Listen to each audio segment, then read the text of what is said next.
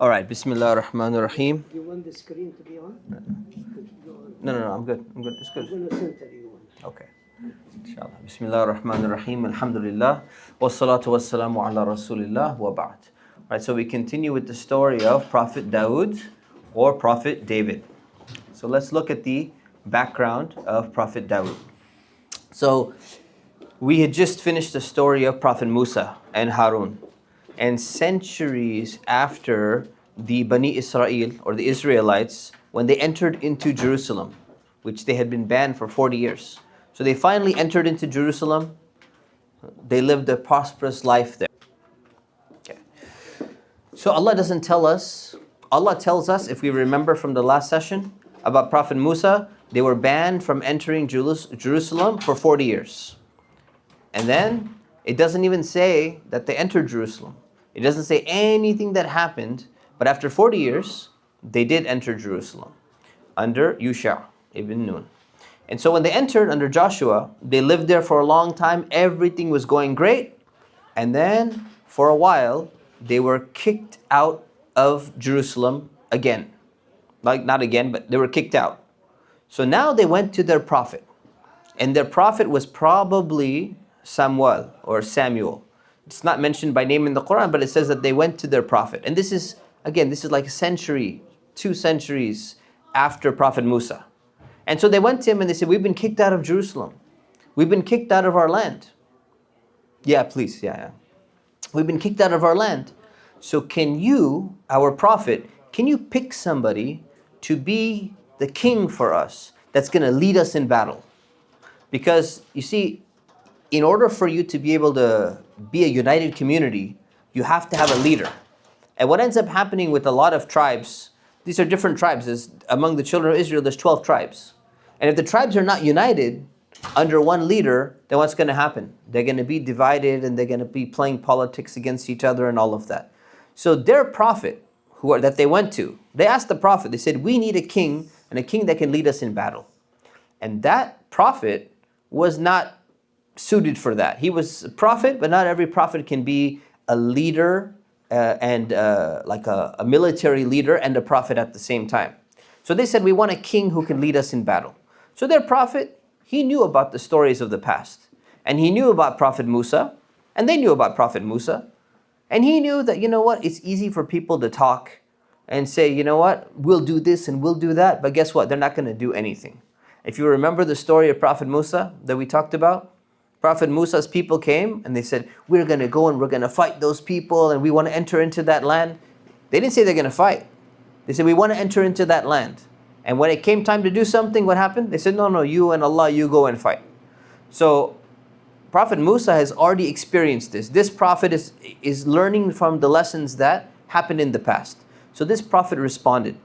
And he said, this is probably Samuel. He said, what if Allah orders you to fight, but you get scared and you run away? What's going to happen then? Then you're in more trouble than you were before. So he's basically saying, don't ask for things that might make something difficult on you, and then you're going to change your mind and say, no, we don't want to do it anymore. So what is their response? The response of this generation of Israelites, because remember, in the time of Prophet Musa, the generation of Israelites, of Bani Israel, they gave him a lot. Then you had a generation that was good and they entered Jerusalem. And now you have a generation that's going to give some more trouble again. So their response was, no way. Why wouldn't we fight? We've been kicked out of our homes. Many of our children have been captured. Some of our wives have been captured. That would be so shameful. What makes you think we're not going to fight? We're willing to fight. We just need a king. All we need is a good, strong leader, and everything is going to be solved. And it's interesting because sometimes we hear many Muslims today, they say the same thing. If only we had a good leader, all of the Muslims would be united and we'd be able to defeat all the enemies, and Israel would never be able to do this, and this country wouldn't be able to dominate us, and all sorts of things. But then what happens is, even if a leader comes over a group of people, I don't want that leader. I'm not going to follow him. I don't like that person. And so something very similar is about to happen. So this prophet Samuel, he trusted them. And he asked Allah, he said, oh Allah, they're asking for this. Select a king for them. Pick one king where they can unite together and they can fight back against the people who've kicked them out of their homes. So the Prophet went and told them and said, okay, Allah has chosen Talut, and in English his name is Saul. He's chosen Talut to be your king. Don't confuse Talut with Jalut. Jalut is Goliath, Talut is Saul. He is going to be the king of the Israelites. They said, we've chosen Talut to be the king. You unite around him and you can fight your enemy back. What did they do? They started complaining immediately. How could he be the king? We're better than he is. One of us, the leaders, were complaining. One of us should have been the king. Why would you pick him? He's so poor. Look at us. We're wealthy. We're among the noble people. He's not even that popular. There's nothing special about him. So why would Allah choose him? We don't like the decision.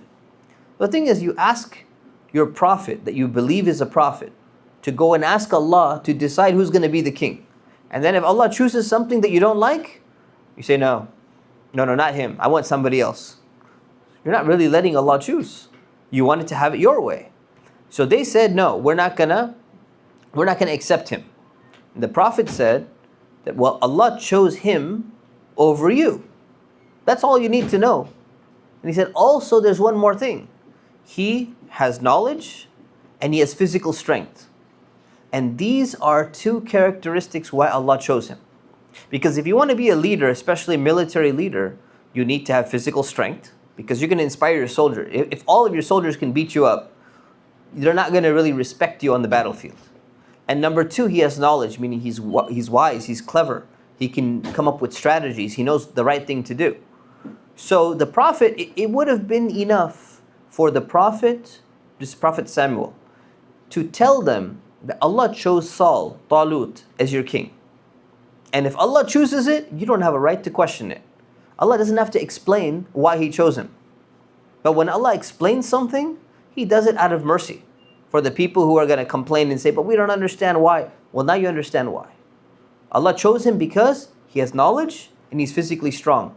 Why do you think you should have been chosen? Because you're popular and because you're rich. Popularity and wealth is not going to help make a good leader. Having physical strength in the battlefield and having knowledge is actually going to make something. So still, they were not happy with this answer. They asked Allah for something. They didn't like what Allah gave. He gave them a good reason why. They still didn't like the reasoning why. So they're still not complaining. So then He reminded them. This is Prophet Samuel. Allah can give power to anyone He wants. And Allah knows the best person to choose. So when Allah chooses somebody, it's not random. Allah is choosing the best person, and you guys don't understand. The problem is not with Allah's selection. The problem is with your understanding. And then the Prophet said, Allah is going to give you one more blessing. He's going to send a sign to prove that Talut should be the king. You guys are still not convinced. We gave you an explanation, you're still not convinced. Allah is going to give you a special sign to prove that this man is the one who should be the king. What is the sign? The sign is that He's going to find the lost wooden chest, what's called the ark, which had some of the things of Prophet Musa in there and Harun. So basically, Prophet Musa and Harun, they passed away a long time ago. And these Israelites, they respect Musa and Harun, at least outwardly. But so some of the things that they had, like the tablets that Prophet Musa came with, maybe the staff of Prophet Musa, some of the things remnants that they had, the Israelites used to keep some of those things as like a barakah, as like a blessing. We have something from Prophet Musa. We have something left over from Prophet Harun. And they used to pride themselves. See, we had great prophets like Musa and Harun. And look, we have some of their artifacts, we have some of their remnants, some of their clothing or something that they used to use. And that's a sign that, see, they are the prophets that came to us. But they lost that. And it was hidden, it was put in a chest somewhere. It was called an ark. If you ever heard of Ark of the Covenant, or if you've ever watched this old movie called Raiders of the Lost Ark, this ark is this idea of the things of Prophet Musa and Harun were inside that chest, inside that box. So they lost it. Somehow they lost it. It was stolen from them. And so the Prophet Samuel is telling them, that this man, Talut, Saul, he is going to recover that thing that you've lost. And when you get it, you guys are going to be super happy. You're going to be like, wow, we've recovered this. This is great. This kind of shows a type of, it gives you an energy and a motivation that we found that important thing that was so valuable to us that we had lost. And so this is going to help you that when you fight, you'll be more motivated. That we have these things with us that we used to keep with us in battle. And it's also going to prove to you, if he brings it, that he should be the real leader. So he found the chest somehow. Allah made it so that the chest was given to him. And he comes and Talut shows, see, I've got this. So they accepted him reluctantly. They didn't like him, but they accepted him and said, okay, you know what? It's true. The Prophet said that Allah chose you. And the Prophet said that you have knowledge. And the Prophet said that you're physically strong. And now you've somehow recovered this chest that we've been searching for a long time, and the Prophet said it would happen. Okay, fine, we'll accept you as our leader. So the Israelites, they gathered an army, and they go and they set out to fight against these people who kicked them out of their homes. And so Talut, who is the king now, and he told his soldiers, he said, Allah is going to test you with an upcoming river. There's a river that's going to be coming up. And he says, I know you're very thirsty, because they're traveling through the desert. These are soldiers going through the desert. He says, I know you're going to be very thirsty, but you're not allowed to drink from the river. You're allowed only one handful maximum.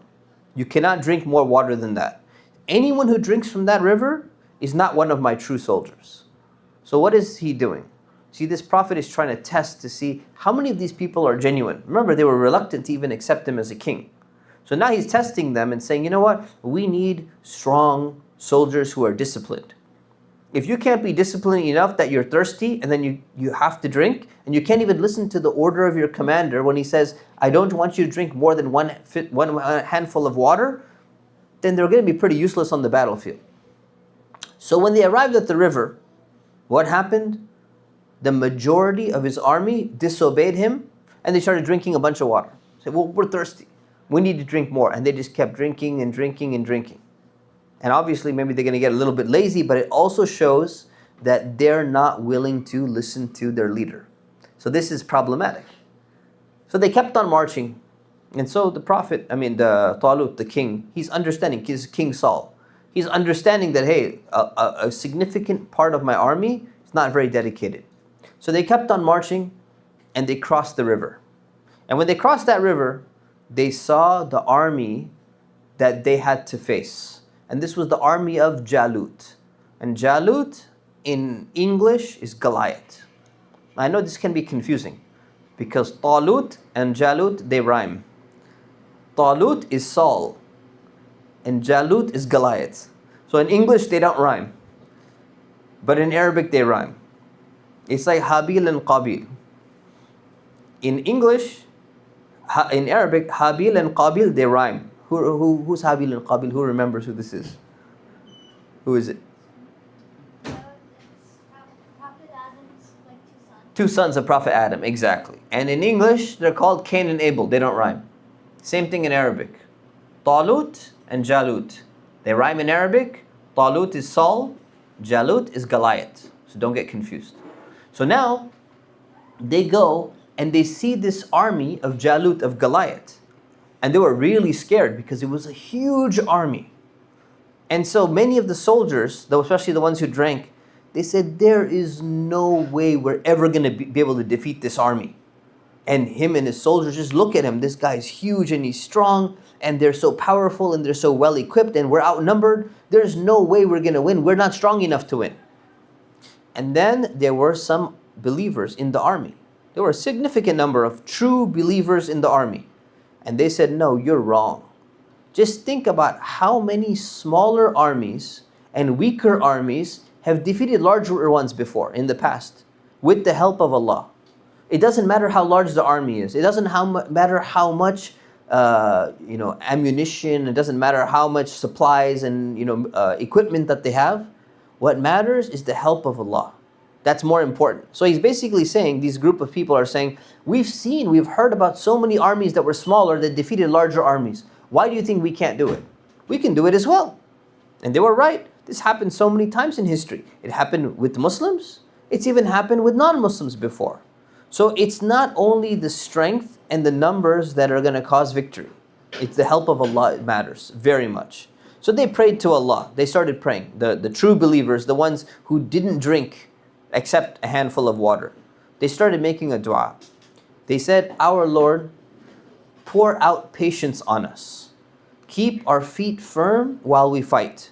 Help us defeat these oppressive disbelievers." So they were making dua and they started fighting. And Allah answered their prayers and gave them victory. And before the battle began, there was the leader of the enemy army, was Jalut, Goliath. So he called out, he said, "I want a one-on-one fight. Who's going to fight me?" And Jalut was a really big, strong guy. So he's very, very difficult to defeat. And so this was part of their culture. In their culture, before any war breaks out, one of the leaders can call for a duel. It could be 1-on-1 or 2-on-2 or 3-on-3 or something like that. So Jalut, this guy, the Goliath, he's known in history, even Christians know him, the story of David and Goliath. So Goliath is a name, when you say something is a Goliath, it means really big. There's a Magic Mountain, there's a huge roller coaster, it's called Goliath. People use this term all the time. So Goliath, this man was really big and strong, and he used to call out always for a duel in the beginning. So who's going to fight me? And he defeated all of the people that he ever fought with before. Because if he didn't, he wouldn't be alive. It's just the way it works. So it's a duel to the death at the beginning of a battle. So he called out, he said, "I want a one-on-one fight. This is our culture, and you have to respond. And if you don't respond with somebody, it makes your army look bad and it weakens the morale. And whoever wins that duel, what's going to end up happening is the army, the side that wins, they feel like a sense of, our team is winning, and it kind of helps spur them on in the battle, in the war." So most of the soldiers in the army of Talut, of Saul, and the Muslim army, they were afraid because they looked at this guy and they said, none of us are the size of this guy. This guy is just massive. He's huge. It's going to be really hard to fight somebody like this. So there was a young man by the name of Dawud, or David, and he was one of the soldiers in the army. So he steps forward bravely, even though he was significantly smaller than this guy, and he accepted the challenge, and he says, "I will do it." So he walked forward, and the first thing he did was he pulled out a slingshot. Now we don't know what kind of slingshot it was. There's like the Y-looking slingshots, and then there's a sling where you kind of like twirl it around and you throw it. But he figured out he had some kind of weapon with him where when he started walking towards him, of course they're both wearing armor. So he managed to hit him with his slingshot somehow, and it kind of knocked him off balance. And then he charged, pinned him on the ground, and he finished him off with his sword and he killed him. So this smaller looking guy, much smaller looking guy, David, he managed to defeat this giant, oppressive man, Jalut, Goliath, in front of everyone while they were watching.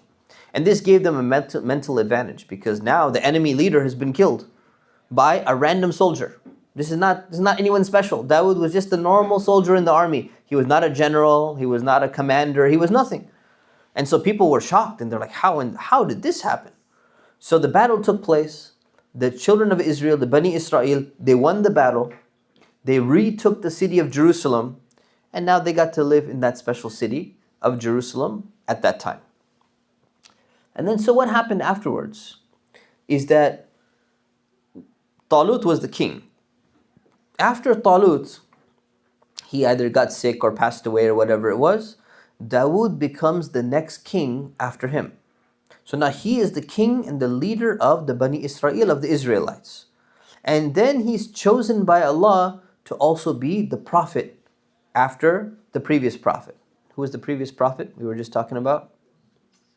Samuel. Yeah, exactly. Good. Just making sure everyone's following along. And so Prophet Dawud is given, now he's a prophet and he's a king. And he was given so much power and so much wealth. If you look at the past prophets so far, you don't find prophets getting much power and much wealth. But now Dawud is in a very different position. He's in a position where he is a prophet who has an entire group of people that he's in control over, and he has the wealth and the power and the civilization and all of that. So because Dawud was given more than any other prophet in the past, he used to, what did he do to compensate for that? He used to pray and he used to fast more than all the other prophets did. So the other prophets, they would fast, maybe once a week, twice a week, something like that, a few times a month. Prophet Dawud would fast every other day. Now you say, why is he fasting so much? Even the Prophet Muhammad, peace be upon him, did not fast that much. He fasted Mondays and Thursdays. Why is Prophet Dawud fasting this much and the Prophet Musa didn't fast that much? Why fast so much? Because Allah had given him so much. And because Allah has given him so much wealth, he could eat anything he wants. He could have all the buffets and everything that he wants. In order to counteract all the blessings Allah gave him, he would fast more than anybody else. So he was fasting. And he was praying much throughout the night. And he was thanking Allah for all of these blessings. And he wanted to make sure that he's protecting himself from becoming greedy, from becoming arrogant. So he's the prophet and he's the king. And Allah sends him a book, like other prophets, like Musa received a book before, Ibrahim received some revelations. He receives a book called the Zabur. The Zabur is known as the Psalms. And so this Zabur, this Psalms, is an additional book on top of the Torah, in addition to the Torah that the Israelites were already following. And they were following and they're supposed to still follow it until today, until his time. And so Dawud used to recite the Zabur to people in a very beautiful voice, kind of like we recite the Quran today. And people would be amazed by the voice of Dawud. And they say, wait, the way that he recites this book that Allah has revealed to him is just amazing. And so Dawud was given a few other special miracles. When he used to pray in the morning and he prayed in the evening, the mountains and the birds, they would echo the praise of Allah with him. So when he would be saying Subhanallah, Alhamdulillah, the mountains would echo that. And the birds would be echoing the exact same thing while he was making zikr and remembering Allah. And another thing, another ability that he was given, a miracle that he was given, is he was able to make chainmail in a very quick way. So we don't know exactly how. But so what chainmail is most armor is pieces of metal. And pieces of metal that cover your arm and cover your chest and cover your back. And they're kind of put together somehow and you can move a little bit. What happens is because they're a solid piece of metal, it's very, very heavy. And so it's harder for you to travel long distance in that metal. And it's also very hard for you that when you're fighting and you have like a sword, it's hard for you to maneuver. And so what chainmail does, it provides a similar level of protection, but it's just little links, little chains of metal. And so you can wear it like a shirt and it's very flexible and you can move a lot more with it. So it gives you a massive advantage in battle. And so somehow, he may not have been the first person to ever make chainmail, but he was able to somehow make chainmail for his army very quickly for all of his soldiers. And you didn't have other armies at that time having that ability to be able to make chainmail so quickly. So the army of Dawud and the kingdom of Dawud became very powerful, very fast, because he was given all of these blessings. So the last thing we'll talk about is that Dawud is not only the prophet and he's the king, but he's also the judge for his people. And so Allah decided one day to teach him an important lesson because he's the judge. Anytime two people get into an argument or there's a family conflict or there's a business conflict, they would come to Dawud and they say, what should we do? You're the king, you're the prophet. Decide what should happen. He's trying to take my money and he says I owe him this much money, what should happen? So a few incidents happened. We'll just cover the first incident. So one day, there were two men. And these two men climbed over the wall of Dawud's palace. Now you can imagine his palace must have been really fancy and well guarded. He must have had soldiers, guards, and everything. And somehow, these people managed to get over the walls. They must have been fortified walls. They got over the walls and they got all the way up past the security guards into his private room. He's the king. He's in the most secure, guarded place in the entire palace. And somehow they managed to get into his private room, into his personal room. And so when he was shocked, maybe he was sleeping or he was praying, and when he saw them, he was startled. And he thought that, hey, these people have come here to kill me. Or maybe these people, they're going to come and steal something. So these two people, they said, don't worry, calm down, Prophet of Allah. We believe in you, we're Muslims. We just came to you with a dispute. We have a judgment that we need you to make. So the first man, he said that my friend over here, he has 99 sheep. He says, I have 1 sheep. And this man wants to take my 1 sheep from me. So I'll have 0 and he'll have 100. So Dawud felt sorry for the man. He said, oh man, that's really bad. That shouldn't be happening. He's so rich. So he gave the man a lecture. He said, this is really wrong. People, business partners, and people trying to rip each other off. This is not right. What he's doing, he's being greedy. He's so greedy, he wants to take away your 1 sheep and have all 100 and you're left with 0, and this man is not doing something right. After a little while, Dawud stopped and he realized that he made a mistake. He realized that he decided too quickly because he did not listen to the other man's side of the story. So he didn't even hear what the other man had to say. And so Dawud asked Allah to forgive him. And Dawud made a promise that he's going to be more careful in the future. So this was a very important lesson, because Allah sent those two people specifically to go and test Dawud to see, is he going to listen to the person's story of the one man who's wealthy? He's got 99 sheep, he's pretty wealthy. The other man is poor. And the poor man is saying, I'm the victim, I'm the one who's being oppressed, he's trying to take this from me, and he didn't listen to the other side. You cannot make a judgment without listening to both sides of the story. So Dawud learned an important lesson, and we all learn an important lesson in making a judgment, that we should never be too quick to make a judgment. So we'll stop it there because I think they need to call the adhan right now. All right? Someone's already making it? Oh, okay. So then we'll just do the second story, inshallah. So then another incident happened where 2 men came to Dawud again with a dispute. One of the men, he owned a garden, and the garden had some really nice stuff in there, like grapes and all of that, some expensive stuff. And then the sheep of another man wandered into the garden and completely destroyed it, ruined it. The sheep were eating and they started messing up the grapes and the vines and everything. So Dawud made a judgment. Dawud said, the 2 men came to Dawud and said, this man, his sheep has destroyed my garden. So Dawud made a judgment and he said, the sheep should be given to the owner of the garden as payment for the damage for what his sheep has done, because he didn't have any other money. Then the son of Dawud, his name was Sulaiman, he was present, and he told his father, he said, Messenger of Allah, Father, this is not the best judgment. So what did Dawud say? Dawud said, well, what do you think it should be? What should the judgment be according to you? He's saying, I think you should give the garden to the man who had the sheep temporarily and let him fix it up. And give the sheep to the man who owned the garden and let him utilize the sheep in the meantime. And once the garden is fixed, they swap back. And so each one can benefit in the meantime. Nobody gets harmed, and then they switch and they end up with whatever they had before. And so Allah agreed with Prophet Sulaiman. He gave a revelation to Prophet Dawud that your son is the one who is correct, and you're going to follow his judgment. And Dawud agreed. So this is the better judgment, and so that's the judgment that was implemented.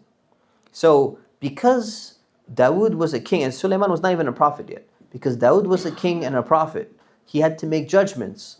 Allah corrected him twice in the judgments that he was making to teach him how to make fair and just judgments between people, because it's a very important responsibility. So we'll end there, inshallah. I'll take 1 or 2 questions if anyone has it. Next week, subhanakallahumma bihamdik, ashhadu an la ilaha illa ant, astaghfiruka wa atubu ilaik. Assalamu alaikum.